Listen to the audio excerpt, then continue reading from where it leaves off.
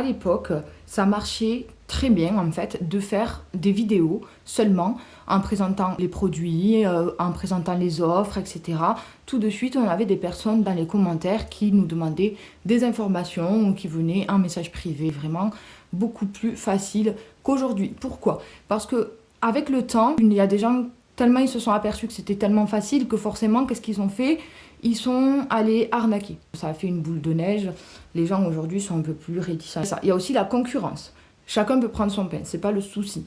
Quand je parle de la concurrence, c'est-à-dire que pour une personne, il y a énormément d'offres. Et donc, elle a tellement de choix que c'est difficile pour elle de choisir par rapport à avant. Comme aujourd'hui dans les supermarchés, pour une farine, vous allez avoir tout un rayon. Aujourd'hui, réellement, pour vendre sur les réseaux sociaux, il y a 3 piliers à mettre en place qui sont très importants. Les vidéos vont susciter l'intérêt, les vidéos vont susciter la curiosité et attirer la personne. Peut-être que ici, je peux trouver ce dont j'ai besoin. Ensuite, vous avez les lives.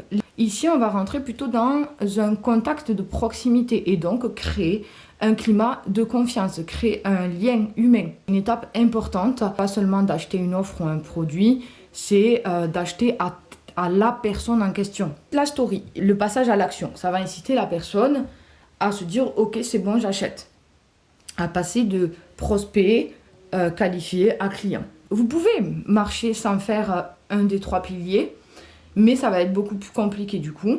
Vous perdez quand même aussi beaucoup de votre chiffre d'affaires en ne faisant pas une des 3 choses. Voyez, parce que c'est vraiment un combo, c'est un combo gagnant. Après, il y a des stratégies, oui, pour les stories, il y a des stratégies pour la création de contenu, pas test, mais ne serait-ce même juste à votre inspiration, vous faites vos vidéos, vous faites vos lives et vos stories, vous avez quand même beaucoup plus de chances de fonctionner que si vous faites que des vidéos. Et encore plus si vous avez des stratégies, etc. C'est vraiment un combo gagnant. Moi, par exemple, je ne fais pas de live.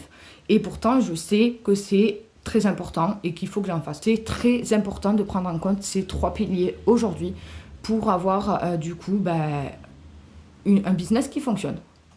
Voilà.